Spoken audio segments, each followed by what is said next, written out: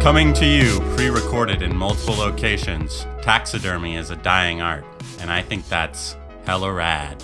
We're your hosts, Andrew and Nathan. Nathan, how are you tonight? Doing great. How about yourself? Not too shabby, you know. It's a Thursday evening. It's been really hot here in San Diego lately, so I'm just happy for the weather to start cooling off and getting close to the weekend. Especially hot in SoCal. Yes. Yes, it is. So, got any non-sponsors you want to not thank today? Yeah, the main one is the W brand ketchup. And just in case you don't remember, that is, in fact, the ketchup brand created out of the election with George Bush and John Kerry, when people didn't want to support John Kerry's wife, who's the heiress of Heinz. They made their own W ketchup, which stands for freedom in America. But regardless of that, yeah, we want, I don't want to. They don't want to be. They can't be a sponsor. So, does that tie into Freedom Fries at all? I think that they probably use that at some level, and because of those kind of marketing tactics, that's the main reason that we wouldn't. That I'm putting a veto on them being a sponsor, and of course, Gatorade, as always. Oh, what's like your least favorite flavor of Gatorade? Well, that's a different question than hating them as a company, but I would have to say that it is the Riptide Rush, which is the purple flavor of the Frost series, because it sucks. Oh. Yeah, it doesn't taste good. I mean, obviously, if I hate it, and it's a funky aftertaste, doesn't quench your thirst, and it just leaves you more unsatisfied than before you opened it, which is a metaphor for my first sexual encounter. But anyways. That shit would always confuse me. I was like, what? You got like a Frost series, a regular series? I'm not even going to touch back on G2, but you know how I feel about G2. They used to even have a Gatorade lemonade brand. Part of me feels like they realized there's only such a limited number of colors they can make the Gatorade, so they have to come out with different like series so they can use the same color for different flavors. Well, to me, it's like, but why? You just sell the original 3 flavors, and everybody still buy them. Nobody cares. Those are the best ones anyways. Yeah. But anyway, I digress on Gatorade. They'll never be a sponsor, and fuck all their products. I actually, have you ever come across like the Mexican flavors for Gatorade? No, that's new to me. I saw fucking cucumber flavor and I wanted to burn the building down. Cucumber flavored things are disgusting. Like I've had cucumber infused water, fucking gross. I thought for a while I liked this cucumber infused gin. But then I realized after I tried other gin, I was like, no, this is shit. Regular gin just tastes way better. The cucumber was bringing it down. Yeah. You're like, oh, I've been so blind this whole time. I need to open my eyes and see the truth is the gin. I can see clearly now the cucumber's gone. Yeah. See, for as many bad song puns as I have, I mean, there's a gem in there every once in a while. Even my fiance feels the same way. She groans at 90% of them, and then every once in a while, I get one that's just gold, and she cracks up, and I'm like, this one makes it worth it. Yeah, you miss 100% of the shots that you don't take. yeah, exactly. I have a non-sponsor that I do not want to thank, and that would be anybody that makes mild salsa. Because what the fuck is the point? That's a pretty wide range of brands. That's most of mine, though. It's like, it's not a specific brand. I'm more against products. It's like, just a blanket. Like, if you produce this, I don't want to support it. Salsa's supposed to be spicy, hot, whatever word you want to use. It's supposed to have some zing, some flavor to it. And fucking mild salsa is just pico de gallo by another name. Yeah, it seems to really kind of take the spark out of salsa, right? It's you're like, oh yeah, okay. So you got some pico de gallo, and they're like, yeah, that's the mild salsa. You're like, no, that's pico de gallo. Well, you know, potato, potato. No, it's literally two different things that you're referencing. This is just tomato and onion. You're missing the pepper ingredient here. Come on.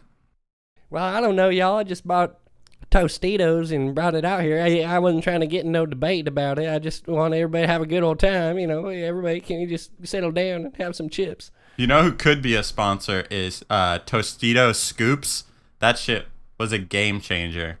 It seems like a no-brainer, too. Like, everybody else is still making the shitty-ass regular chips. I mean, you know, some taste good. I'm not going to say that they don't taste good, but I just mean the design of the chip. Yeah. Did we bring up... Huh? Whoa. Got some strange noises around my house. Did you pick that up on your end? I heard something like you were about to take off like the $6 million man. Like, yeah, it was like pipes rattle in my house. We have like raccoons. That was pipes? That can get... And I heard it over oh, that's not great. I know. Well, there's like raccoons that can get underneath the house, and they just fucking bang up on all the under house piping. So well, it's good to know that they're not that far removed from humans. If that's the shit that they choose to do, they're pretty much like us. Yeah. It's bad when it's like 4 a.m. and those fuckers are running around underneath the house banging on shit. The first time was terrifying because you didn't know what it was, and after that, you're just like, fucking raccoons. You know, one of these times it's going to be a meth head, and you're going to be like, I just thought it was a raccoon. yeah. Eventually. Oh, man. Anyways, to get back on topic of tortilla chips, which is probably a tangent of a tangent of a tangent. I felt like I've talked about this before, but like also they used to have these chips called Tarangos that are like Pringles. But they're tortilla chips, so they come in a triangle-shaped can. They were just like... It's a triangle-shaped can. They were super salty, but like just as brittle as like Pringles. Oh, that sounds awful. No, they were delicious. It was a sad day when they went. Well, but I mean, you're trying to scoop with them, and they're as brittle yes. as yes, Pringles. In that respect, that's probably why they failed. You get to be the best tasting chip in the world, but if you can't scoop it, man... Oh. Yeah, they're clearly dunking chips, not scooping chips. It's all like a disclaimer on the packaging. Disclaimer: do not dip with these chips. Simply dunk for best results. These is dipping chips, baby. These ain't scooping chips. Pair it with our mild salsa. Oh, what are you drinking tonight? I'm drinking Kessler, straight out of the bottle. The big bottle, too. Oh. It was cheap as fuck. Kessler was what you were drinking last time you had whiskey, right? Yeah, it's basically, when I go to the store, I look for the cheapest whiskey, and lo and behold, it's always Kessler, so that's what I get. That should be their tagline, reliably cheap. Yeah, the place I go doesn't have... Usually I'd find, like, Ancient Age cheaper other places. I'd usually drink that in the past, but lately it's been Kessler. It says smooth as silk. I don't know if I agree with that, but it is whiskey, so there's that. Well, you've never tried to drink silk, so do you really know? Fair enough. Yeah, fair enough. Are you drinking silk, or what are you drinking? No. I am drinking another beer from Modern Times. This is their Fruitlands. It is a sour tropical fruit goes. It's pretty good. It's like one of their regular beers. Did you get like a big pack of Goes beers or something, or is this like you're buying more of them? This is actually a good tie-in to our next segment. These, we have a friend that works for Modern Times, and she brought over a bunch of beer. That's baller. Yeah, and then I think the last Goes that I talked about, I might have bought myself, but.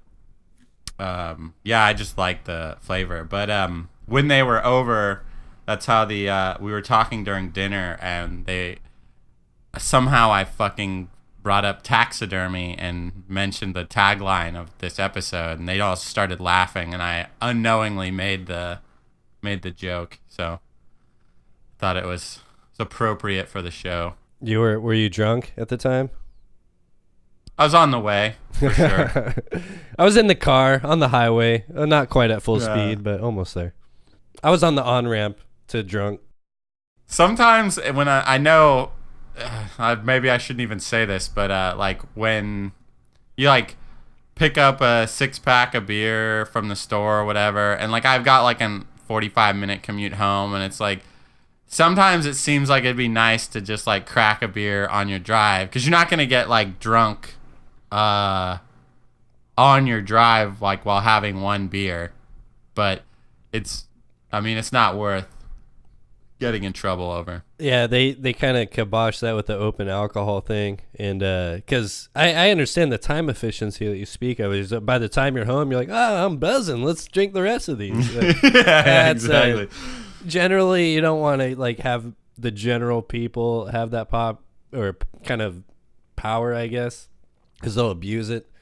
They should be a true libertarian fantasy would be like you can go get a test and say like I can drive at this level of blood alcohol content, and I get a special license that says I can drink this much while I'm driving or whatever. But it'll never happen. I'm just trying to get the party started, baby. Yeah.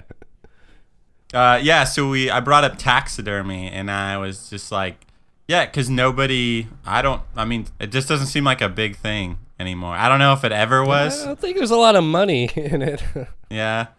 I guess like there's so much backlash for people like shooting big game animals and stuff and whatever, animals in general. It's like it seems another step further to even go and stuff them. There should be like a naturalist taxidermy artist that only takes like, naturally dead animals and stuffs them and puts them in.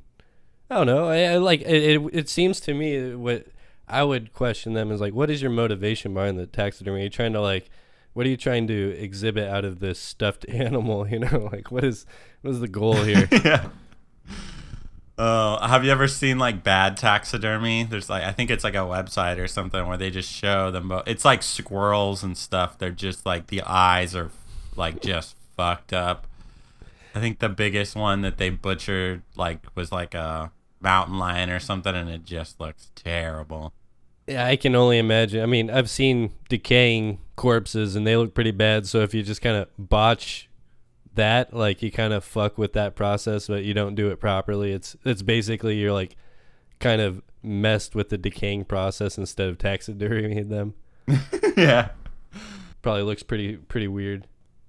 I think it was one of the Jackass movies or something where they pretended to like take somebody's like grandma to a taxidermy, and they were trying to see if the guy would taxidermy the old lady after she passes, but they brought her obviously while she was still alive. It was just like the weirdest situation. It made me wonder, like, is there ever a situation like where that's okay to taxidermy a person? Like it doesn't necessarily have to be like out of love for the person. Like what if they're like an awful person? Like if you find Hitler and you like taxidermy him doing some like just ridiculous thing like that would just be embarrassing for him. I don't know. Giving a hand job to a Jewish guy, maybe. He's yeah. Like, oh yeah, no, why am I doing this? Yeah, we put a smile on his face and put it in like their natural history, or not natural history, but their history museum. Just so it's like, this is a deterrent to everybody in the future. This will be your legacy for the rest of eternity if you decide to try to commit, mass genocide of a people. Well, we'll fucking taxidermy your ass, giving a hand job to the very people that you hated, and you'll be happy about it, and people will laugh at you. There we go. It's I guess it's not a common application. I don't think it's ever been done, but I do like the idea of it. It's a good way to shame the bad apples, get some of these school shooters that kill themselves. Like, let's take that corpse. Let's taxidermy him, bending over and I don't know, getting a butt funnel or something, or maybe let the kids have a vote. Like the kids at the school, give them a vote. What kind of embarrassing taxidermy pose he's gonna be in, and And, they wanted to be famous, right? Well, the next It's school true. shooter sees, he's like, oh, wait a second. I thought, I was going to get the notoriety, but they just put a butt funnel in his ass, and now that's how we know him. I don't know. Yeah, that's brilliant. I don't think it would ever fly. No, yeah. But not in it's our a good culture. idea. I mean, Trump is trying to get us to that point where we can do stuff like that, but I don't think he'll be able to take it across the goal line to do that kind of thing. No. He's gotten away with a lot of things, but that won't be one of them. Yeah, I think really in terms of actually answering that question, the only time it's ever taxidermy and people, or I don't know how loosely you can define taxidermy, but like warmongering, whenever they used to fucking pike people and shit and be like, hey, look at this motherfucker, we killed him and he's here in front of everything. I mean, outside of that, I can't really think of, besides the examples that we came up with, which would be brilliant but are not practiced, but Those people are just fucking impaled. They're like, hey, we'll fucking get you too, all right? Just this is just to show you we'll do it. it's just like the laziest form of taxidermy. Does it even count? You put it on a stake and you're like, there you go, it's like an animal hanging off a stake. You're like, yeah, it's some level of taxidermy. I don't know how you define it, so Yeah. anyways. Yeah, sorry, I took a drink of beer, so nice little pause there. Have you seen this Netflix, I think it's Netflix documentary, Wild Wild Country?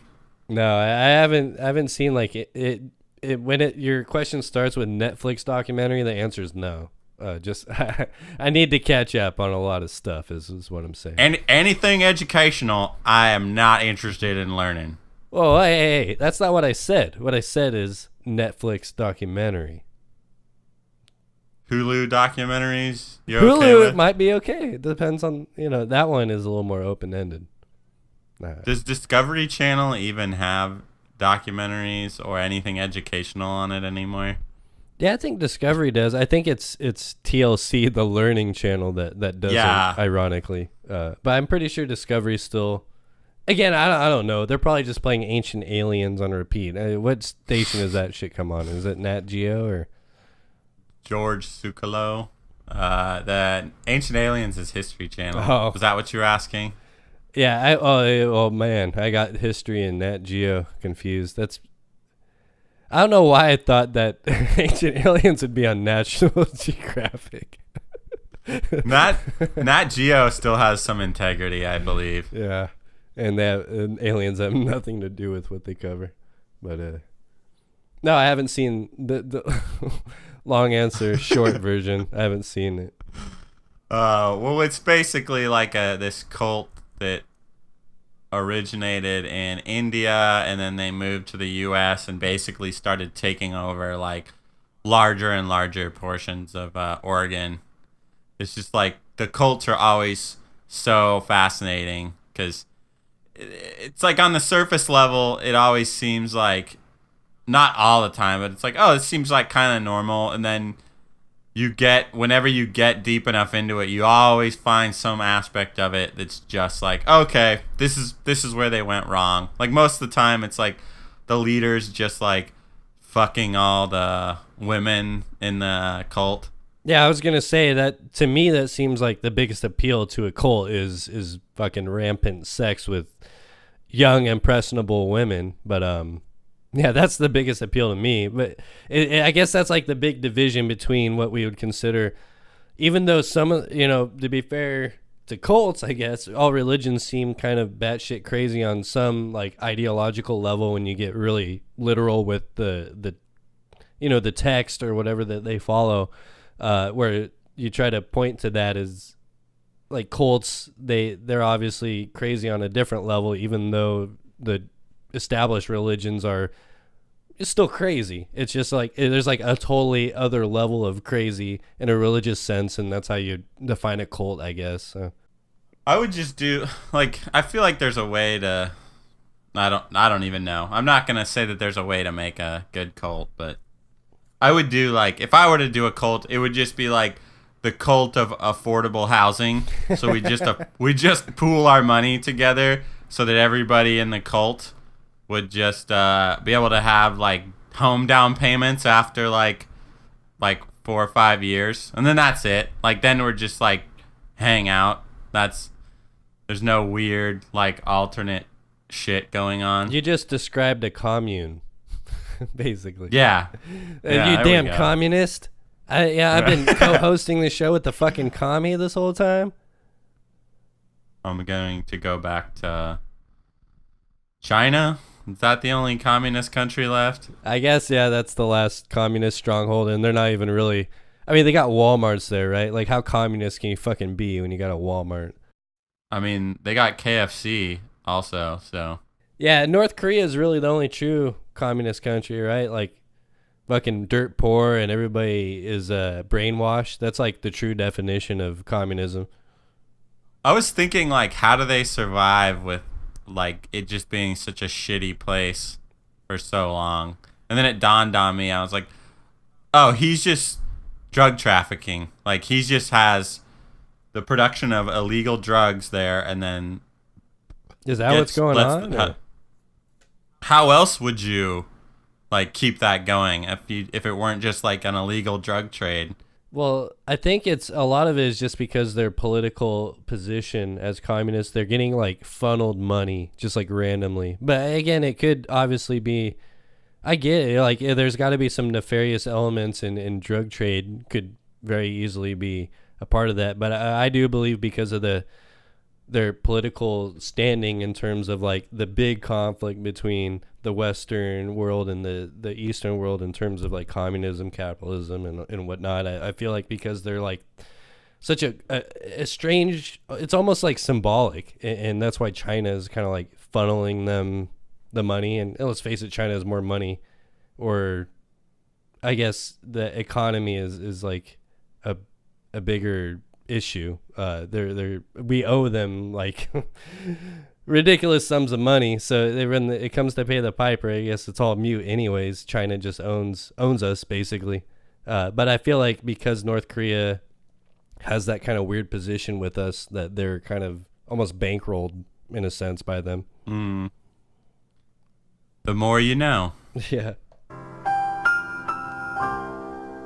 I knew you were going to be ready on that one. I'm so proud of you. Well, you had to literally say it, and then I had to do it. But we need, if you want me to do fucking sound drops, then let's get another co-host up in here. Jesus Christ.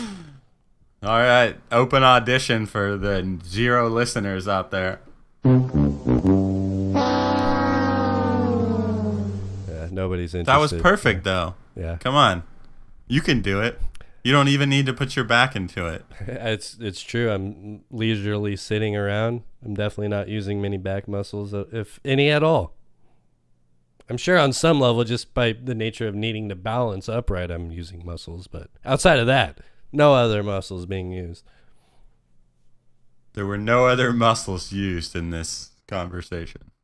But if you want to get my definitive opinion on Colts, is that they're A-okay with me as long as they're not calling for you to suicide yourself. Or that's kind of redundant. For you to do a suicide. Yeah. You know what I mean? Like, hey, believe some crazy shit. But to actually get a collective group of people to believe that they need to kill themselves to, like, achieve a goal, it's fucked up. It's just wrong. Like, damn. Yeah, just don't harm yourself or others. Yeah, all the much. freaky, crazy sex shit you want to do with you're playing an acoustic guitar and you're singing some crazy ass songs and they all have some weird, crazy orgy. That's cool. It's fine. But then don't convince them after to go fucking kill themselves because what was the one where it was like they had to teleport to the comet or some crazy shit like that. Like that's fucked up. To take like Haley's. impressionable people and weak-minded individuals and like convince them that their salvation lies in suicide. That's fucked up. That's what so many of them operate on, is they get members that are like down and out because it's you have to easy. Yeah. No fucking sane normal person just like changes everything about their life to follow these insane cults. Yeah, I guess the problem for it is when you get my idea of a cult would be more like a social club. Like, yeah, let's come here, hang out, and shoot the shit about stuff. But cults is just too serious. It's too much of on a level. Like, obviously, you have to commit to some ideology, and let's just go to the bar, hang out. Why you need to go to the cult? The cult of drinking whiskey, smoking cigars, and playing pool. But basically, the cult of Ron Swanson. Yeah. So that's why it's like it's weird that people are drawn to something more extreme than like normal social things. Yeah. It's people. Yes, people of manipulation like lead those. Obviously, I always like the quote from The Office of Creed talking about cults. He's like, "You have more fun as a follower, but you make more money as a leader." Speaking of Creed Bratton, did you realize when we were in Vegas that he was playing a show there as a musician? No, I did not. What? That's random as fuck. It is. I was looking at my fiance like, what the fuck? Why is Creed in Vegas for like something completely unrelated? She's like, oh, he's a musician outside of that show. I was like, mind blown. Well, good on him. He was fucking doing Vegas tour, and he's got royalty checks like constantly coming in. He's no longer drying mung beans in his desk drawer. I know exactly what he's talking about. I'm not gonna get into like trying to recite office lines on our podcast. I was just about to, but. All right. On that note, I'm going to go find this fucking raccoon banging into pipes under my house, and we're going to take a quick commercial break. Yaboo.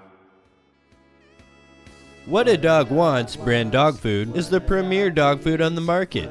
We are the only company with our own on-site research lab, allowing us to create the most irresistible dog flavors. Some of our most popular flavors include cat shit, dog vomit, and decaying bird corpse with hints of cat shit. Hi, I'm Nick from our Quality Assurance Division, and I gotta tell you, our upcoming flavors are the most vile and rancid flavors ever devised. Your dog's gonna love them. We'll be releasing a brand new flavor just in time for the holidays. Dirt-covered, rotting prolapse stainless flavor.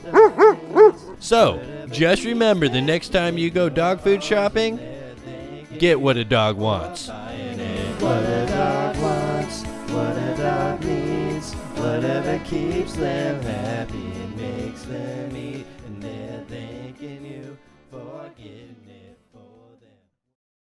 In a city overrun by anarchy and chaos and jetpack criminals, the only hope for salvation are the Jetpack cops.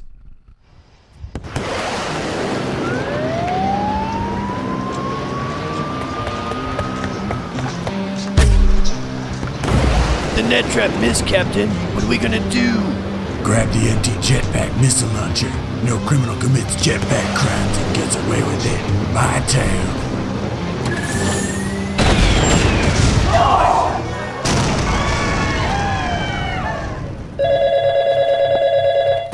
Captain, do you realize how much money every one of those anti-jetpack missiles costs the city? I demand you stop using them at once. I don't come to where you work and slap the dick out of your mouth, Mayor. Now, if you don't mind, I got a city to clean up. Hey, Captain, you better come and listen to this.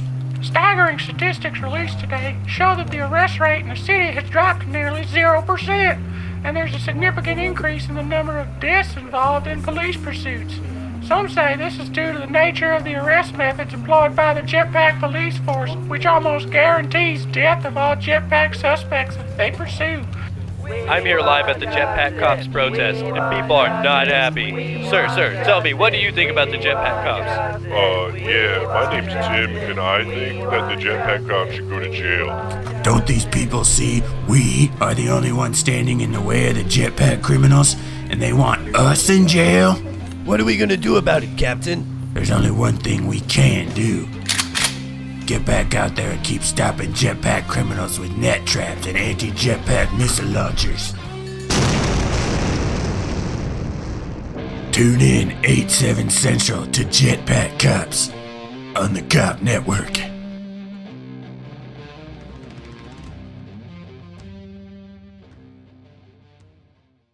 Babu. All right, we're back from that exciting commercial break. There are no raccoons in sight underneath my house. My dog's still alive.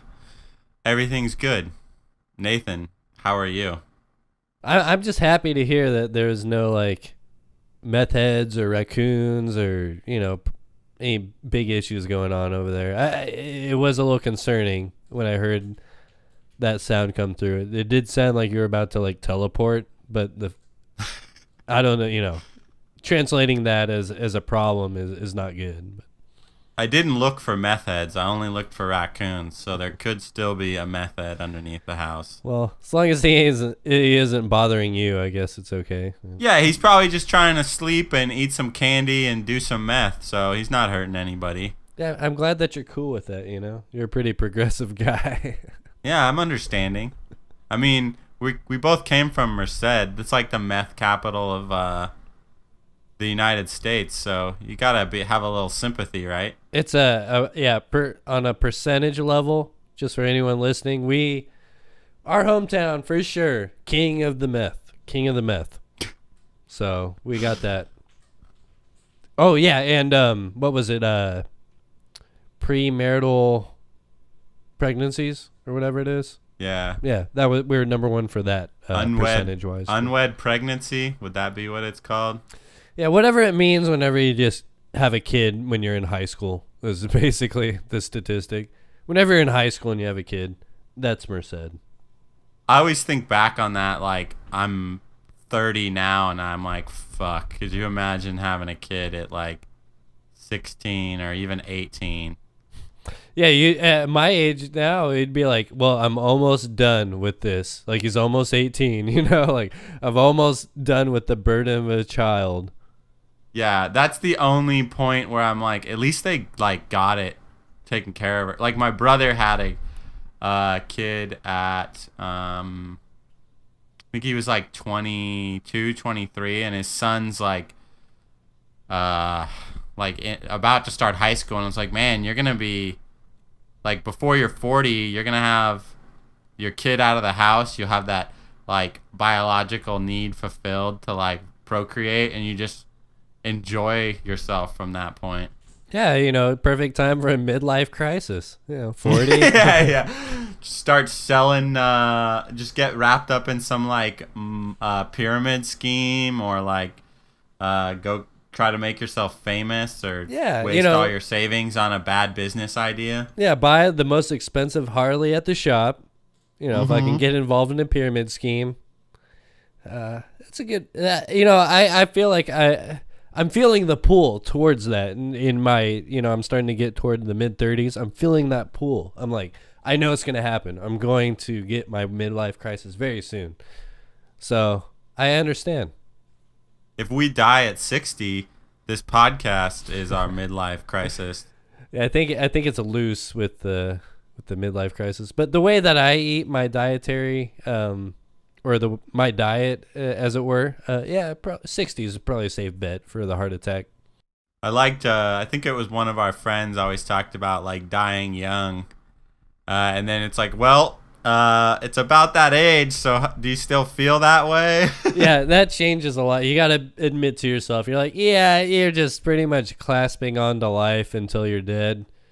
Even though you make like a lot of bad decisions that like detract from your life, like fucking smoking, drinking, and eating bad food, but it's in such a passive way that you're still in survival mode, basically. Like your mind's like, well, I'm just surviving, but your actions are still leading to your early demise. Well, it always makes me wonder, like, if people that contemplate or go through with suicide, do they have any type of like religious, like, do they have some concept of an afterlife, or are they just accepting like non-existence is better than existing in a state of pain?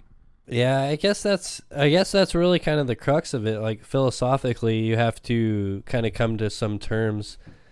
Obviously trying to speak on it is I don't want to be insulting to people that have dealt with like suicide, and they because obviously you can't put ourselves in that context, but trying to understand it, there has to be like that, like what you're alluding to, a leap of philosophical ideology I would imagine where you'd have to believe that there's like a relief to the suffering in the sense that either there's no existence after you're dead, or there's some sort of pleasant afterlife if you've led your life in some certain way or whatnot. Yeah. On a lighter note, I want to give a Food poisoning update. I would say I'm close to a food poisoning expert at this point. I've had it so many times. I had a meeting today at work, and one of the clients that came in, she had gotten food poisoning and then gotten sick, like on top of the food poisoning, and she just like looked like death when she came into our meeting. But when she described how it all went down, I was amazed. I was like, your food poisoning situation tops mine by a long shot. So if you remember from what episode was that? Do you remember? Bro, no, I don't. You can't drop that on me out of nowhere. Come on. No, I don't remember either. That's why I'm asking, all right? I know. But yeah, in an earlier episode, I talked about a food poisoning story I had where I basically got it on a Wednesday night or Thursday morning at 1 a.m, and then I had to get on a 6-hour flight to New York the next day. So I was stuck on the flight with food poisoning, which I thought was pretty horribly miserable.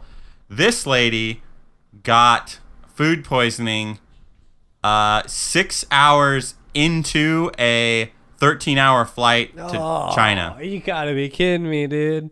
Oh. No, I was like, holy shit, that sounds like a fucking nightmare. Like, I know kind of where you're coming from, but I can't imagine, because she had to like shit and vomit in the plane bathroom. There was no like, oh, I'll just wait. Like, no, the full brunt of evacuate your system happens stuck on a fucking plane. Dude, imagine coming back out of that bathroom and like looking in the eyes of the next person. You're just like, I'm sorry. Just what can I tell you? You shouldn't go in there, but I know you need to. So there you go. How do you even? And she's going over there for work, like. So you get off she was saying she like threw up on the flight, and then she had a 3-hour car ride to her hotel, and she was throwing up in the car on the way. And it's like her driver, based on my experience doing the same thing, probably isn't an English speaker, and he's just like given instructions to pick this white lady up from the airport and take her to this hotel in this neighboring city. It's like the guy's just like, why is she dying in my back seat? And you can't even like communicate or ask for help. To be fair, I bet, they see enough of our reality TV that they're like, this seems normal for an American, to just be fucking randomly probably just vomiting. Drank too much. Yeah. She just drank too much on the plane. Yeah, I see her at Paris Hilton, and she do the same thing. It's very good. Oh wait, no, it's China. You said they were at, right? Yeah, I was gonna say. I better not do that accent. I could get in trouble. Well, on the positive note, there, you definitely didn't insult anyone, because Italian people really don't give a shit if you sound like Mario.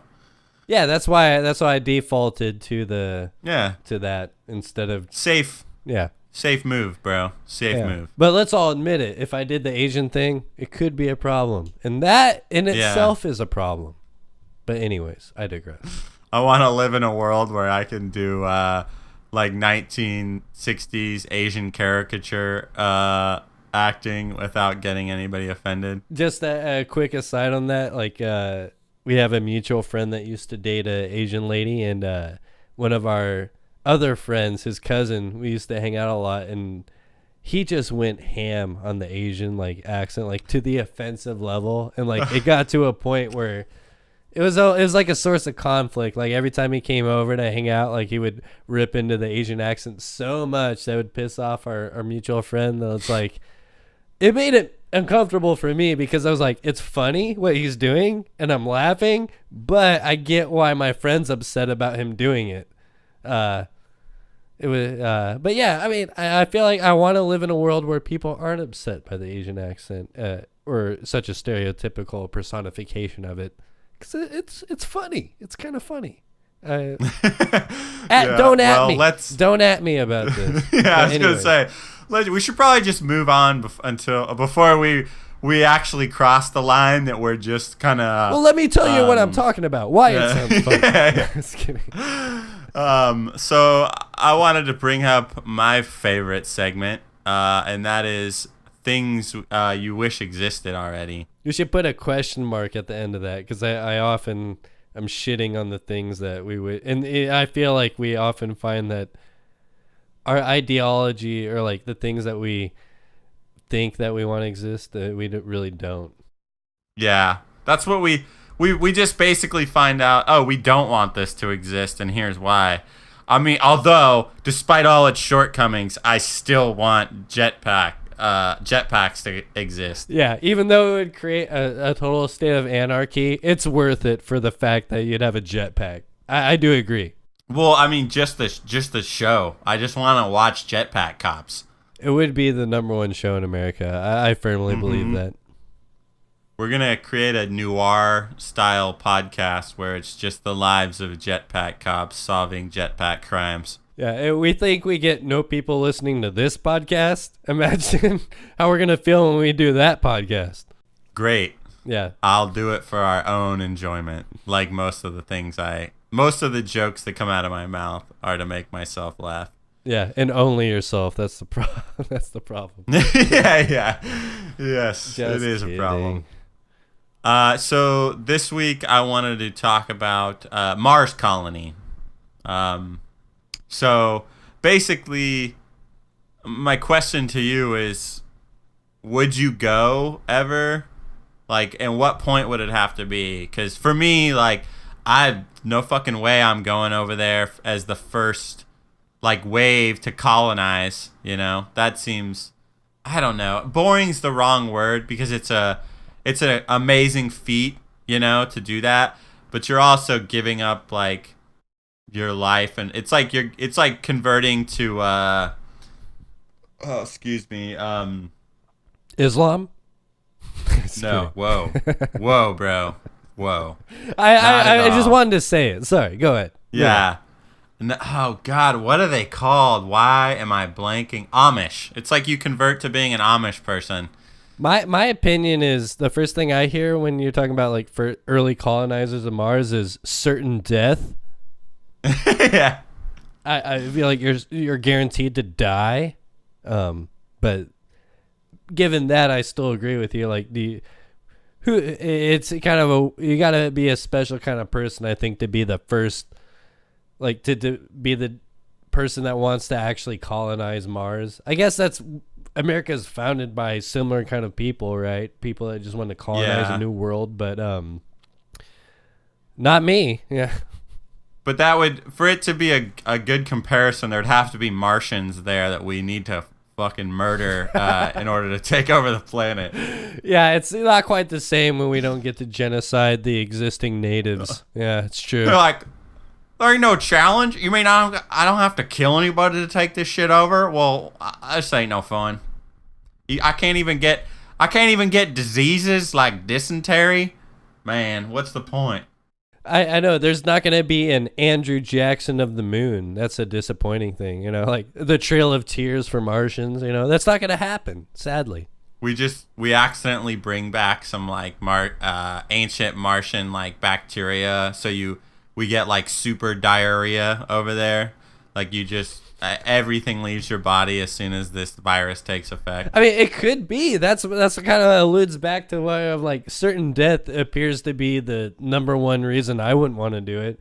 Like, there's clearly signs of like there's been water and possibly life. So who's to say there isn't some like archaic form of a virus or something that exists there that would just fucking destroy our anal cavities, like Just the fucking penetrator virus. Yeah, I mean, like it may just straight up kill us, or it could give us like the worst diarrhea we've ever had. I mean, talk about food poisoning. Imagine a virus, just like put you in a perpetual state of shitting and vomiting until you die. No thanks. I mean, I'm all about like space exploration, but I want to like have like super awesome spaceships with like light speed drive, so we can actually go to like other planets that have been like colonized and they have technology and like cool stuff. Like I'd want to go to Mars like, I don't know, 50 to 100 years after it's started being colonized, so at least we got some level of terraforming and there's like one major city. Well, and it would be like the pit stop, right? You're like, oh, this is our first little pit stop before we take off to do real space stuff. Like, I've known about Mars since I was a fucking kid, right? Like, it's not exciting anymore. We know it's the fucking planet next to us. We know that we put a little rover on there and it's red everywhere. Like, okay, yeah, let's go find something more interesting. It would be funny though is like they would pull. The Mars colonizers would pull the same shit that revolutionary war, where it's like after they colonized for like a good like 20 years or something, they're like, fuck you guys on planet Earth, we're our own thing. Like we don't listen to your government anymore. We know how to do things better here. For sure, right? Like you're like, listen, you guys don't understand Martian people's rights or anything, Yeah. But maybe that's why, come to think of it, that's maybe why the Space Force initiative is coming into play. Trump foresees this eventuality of having Mars space colonies and people revolting. He's like, let's get a Space Force in place now to make sure that they don't revolt against us when we colonize Mars. Maybe he's more forward thinking than we thought. Or he just stops other countries from colonizing Mars first so that it can be the United States of Mars. Like Mars is ours, all right? It's the 51st state is another planet. Chinese, yeah. Yeah. Chinese and Russians keep out. This is America.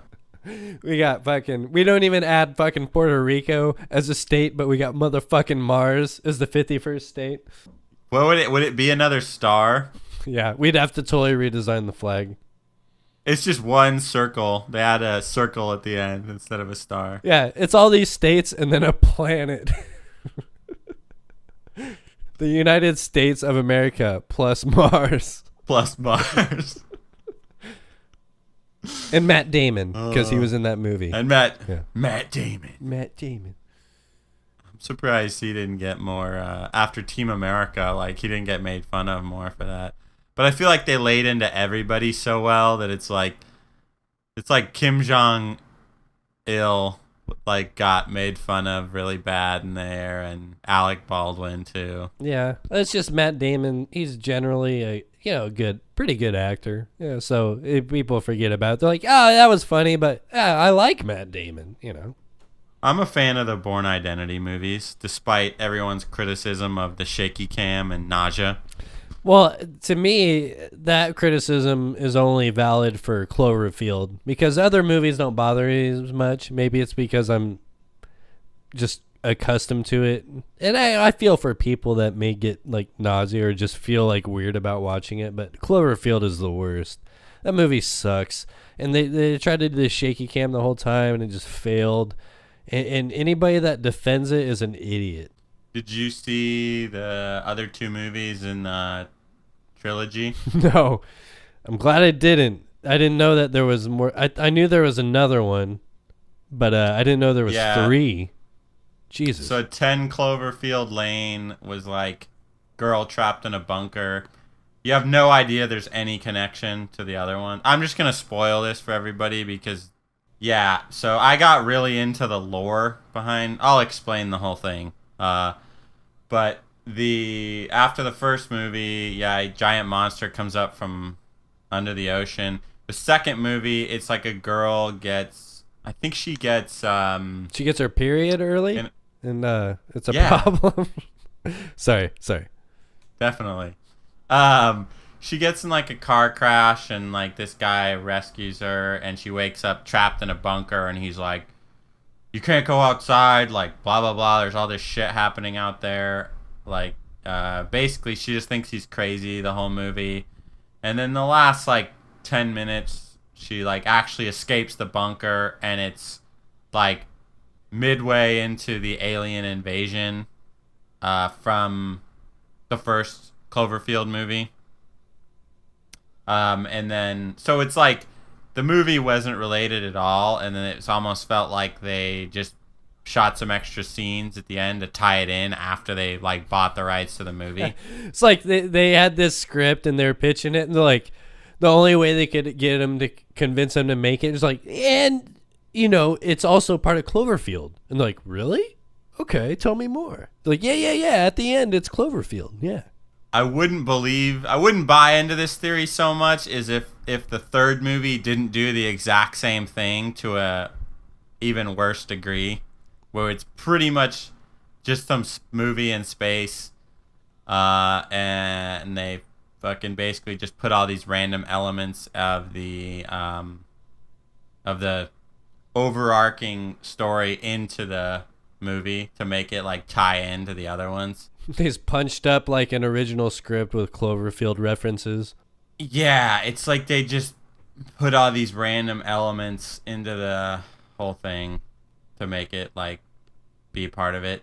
But the whole disappointing thing is like there's tons and tons of lore about this trilogy that they put in like hidden messages on like fake websites and all this they did all this marketing stuff that if you like read up on it, the story's fascinating, but none of the stuff that's interesting is in any of the movies, like at all. They make all these tiny references to like basically there's this company that like knew about the monster from the first one underneath the ocean, and they had like an offshore drilling rig that was mining the like flesh and like blood off of the monster while it was asleep, and putting it into like food and like this like drink called like Slusho that they reference in like the movies. There's all this crazy That's shit. That's way like more interesting than the fucking shit right? in the movies. And the guy in the second movie, John Goodman's character, is like one of the engineers for that company, and they show his badge randomly on like a table in the second movie. So there's all this hidden information that paints this really fascinating story, and it's like you guys won't just tell, like if you would just start from scratch and tell the story behind like all this hidden information that you put out in like obscure fake websites and like random marketing material, if you would use that to tell the story, then it would have been way better. Like it would have been way more interesting. Like go on YouTube and look up like these videos that dig up and explain all this stuff about Cloverfield, and that is a million times more interesting than this shitty series of movies. Although the second one was okay, but it didn't have anything to really do with the overarching story. That's a shame, because I mean it's like the movies seem like they're based on gimmicks. At least the first one was, and what you described is super interesting. So that's very disappointing to hear. I think we've got a game to play, right, sir? Yeah. So enough Cloverfield talk. Let's let's get into it. Who? What? Where? When? Why? And Howie Mandell. All right, so last episode we announced that John Travolta was the target for this week. So got him. Got him. Got him. So who won the last one?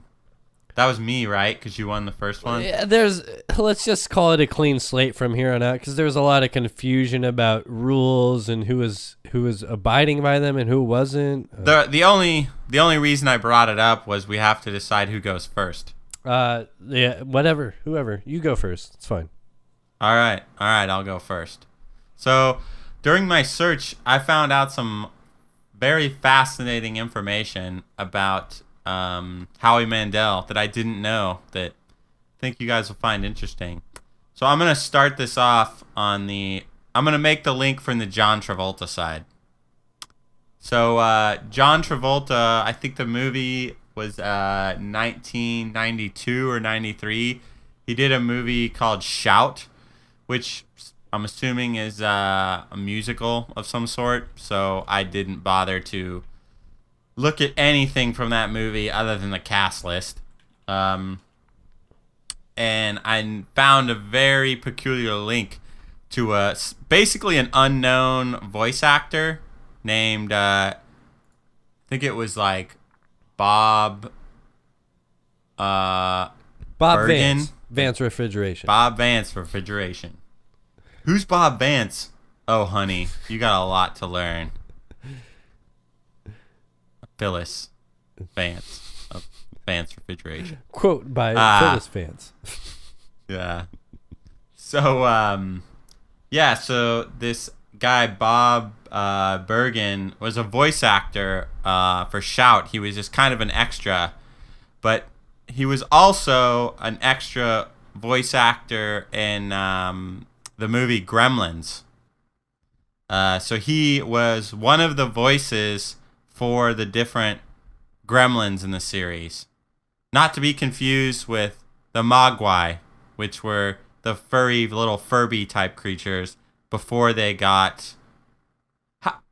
How did that work? So it was like if you got them wet, then they would multiply. There was some after midnight. It was Yeah, there was two things. There was don't get them wet and don't feed them after midnight. So I think one of them caused them to multiply, and the other one caused them to turn into gremlins. Yeah, it's definitely, fuck. I really should know that, but in either case, yes. Yeah. Do you know why I'm bringing up the movie Gremlins? Howie Mandell's in it, right? Yeah, but do you know who he was in that movie? No. He was the voice of Gizmo. He is Gizmo. Okay. Yeah. I thought that was fascinating. I had no idea that he played. But I'm like, I don't even remember Gizmo talking, so what the fuck did he do? He's got a lot of voice acting credits He just went Gizmo. It's funny because mine is related to voice acting as well. And please tell me you got Bobby's World in this. No, not yet. I'm sure that will come eventually at some point. We'll have a Bobby's World reference, but not at this point. But I'm not as... I feel like we may be on a push level with this. So mine is... we'll start with Howie Mandel on the way I'll approach it. In the Muppet Babies, Howie Mandel, he's credited as the voice of Skeeter, Animal, and Bunsen for 26 of the show's episodes. So this one maybe you'll win because it's a little more of a stretch. So in the Muppets universe, I win.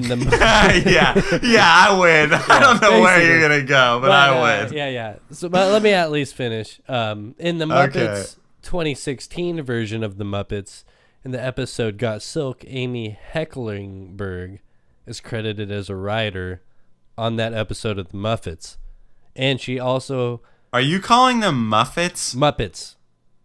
Okay, it sounds like Muppets. Sorry, my enunciation of Muppets wasn't up to your fucking standard, by the way. Yeah, it's so important that you had to derail my fucking thing because you didn't hear Muppets right when I said it. But anyways.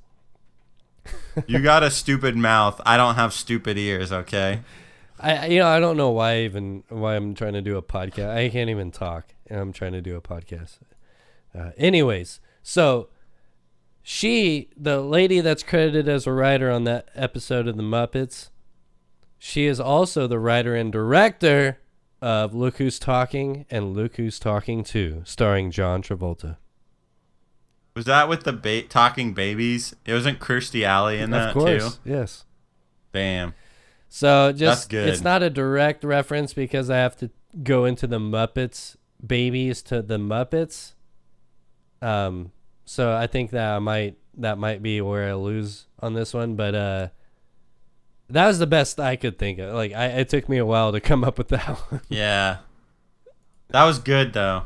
I think I would think that I won by a narrow margin there. Well, so basically he was a voice actor with who? What? John Travolta was a voice actor with this other voice actor on. Oh the no, movie. John Travolta starred in Shout, and there was a voice actor in Shout that also was a voice actor in Gremlins. Oh, okay, gotcha. Yeah, that's a more direct connection, I'd say. Yeah. Although I do like that we got to bring up the Look Who's Talking 1 and 2, and I got to bring up Kirstie Alley. Yeah, if there couldn't be any more forgotten fucking actress of the 90s than Kirstie Alley. I can't think of one myself, but if we get in trouble if we have to change the name of this podcast, we're just gonna change it to 90s references, because this is really where we're making all our cultural references. Who's gonna make us change the name of the podcast? No, Northern California.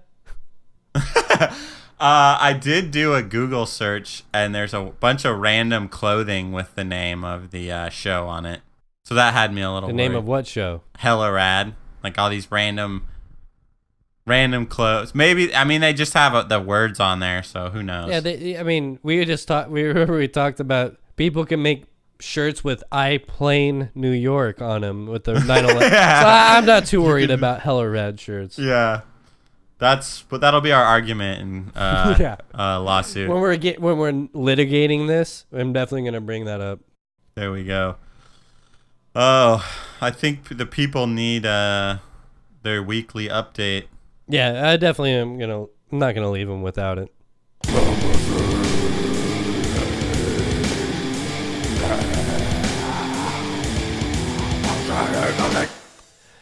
Hey everybody, it's another Faberge Egg update.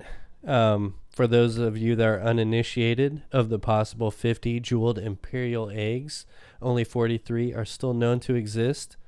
The last egg being found in 2014, the third imperial Easter egg found in America at a flea market. And my question remains, will any more be found? I do firmly believe that there will be another one found, and that's why I continue to do this week in and week out. But the update for this week is that none have been found. And that's it. We're still working on the crowdfunding campaign to start our either a heist to steal one, which in retrospect we probably shouldn't talk about, or to buy one. Well, no, I think it was either to fund the heist or an expedition to find one. Okay. I do have to say that I really like the name Victor Veckelsberg. V-dubs. Yeah, he's a good guy. Because he owns so many Faberge eggs. I feel like, yeah, it'd be a lot easier to crowdsource the either the stealing of one or the exploration of finding one than it is to buy one, just because of their inherent value. So anybody that is interested, one day we will set up some sort of crowdfunding page, and I would be happy to accept your donations to go to such exotic locales as the Caribbean and the Bahamas in search of a Faberge egg. Is V-dubs dead or alive? He is very much alive, and in fact has been referenced in some of these proceedings about Russia and Trump. So he's definitely he's in it. He's in the thick of it. Apparently this is specifically about that. He has a connection with Michael Cohen through a large $500,000 investment. I don't have a lot of extra details on that, but yeah, he's invested in the attorney, and there's a lot of connection with Trump and Russia, so he's in the fucking thick of it. He's active. Our goal should be to get Victor Veckelsberg on our show before H3H3 podcast gets Papa John on theirs. That'd be a great goal. I feel like we have a better chance of getting Victor Veckelsberg. Papa John just got like completely axed, like from he still owns 30% of Papa John's Pizza, but like he doesn't have any say in the company anymore. Yeah, and to me that feels like that's why it's more likely that he won't be doing any press or any kind of media. I think he's probably just done with it all. He's like, fuck, you know what? The board is fucking kicked me out too. He got fucking like Gavin Belson, like in Silicon Valley, kick out the fucking. It's Papa John, and he's not even part of Papa John's. So you know, time to sit back and drink sody pops in your mansion and order with Bo and order pizzas. Bo's in the house. There we go. So to be honest, maybe it's a blessing in disguise for him. The fucking guy could use some time with his family. It seemed like he spent so much time with Peyton Manning. Spend some time with Bo. Bo clearly needs your help. Go be with him. All right, you want to play us out, Keyboard Cat?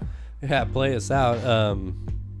And in terms of giving our plugs, I always fuck this up every time. This is why I shouldn't do a podcast. I'm always trying to give plugs like at the end. I'm like, oh, you should go to myspace.com/ hella rad, is it? But anyway. Try out this email address that doesn't exist.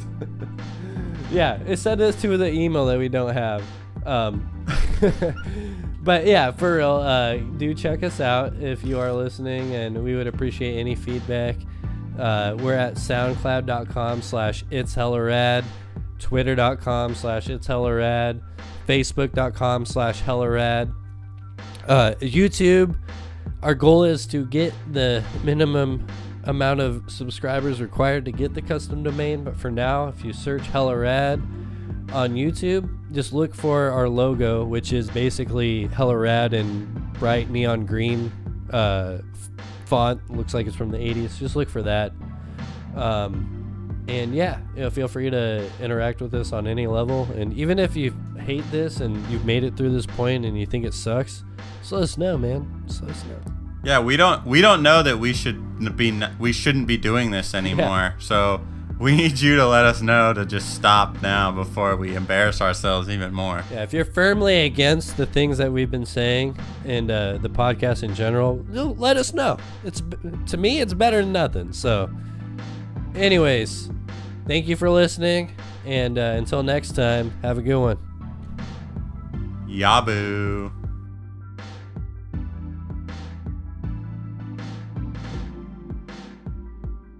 But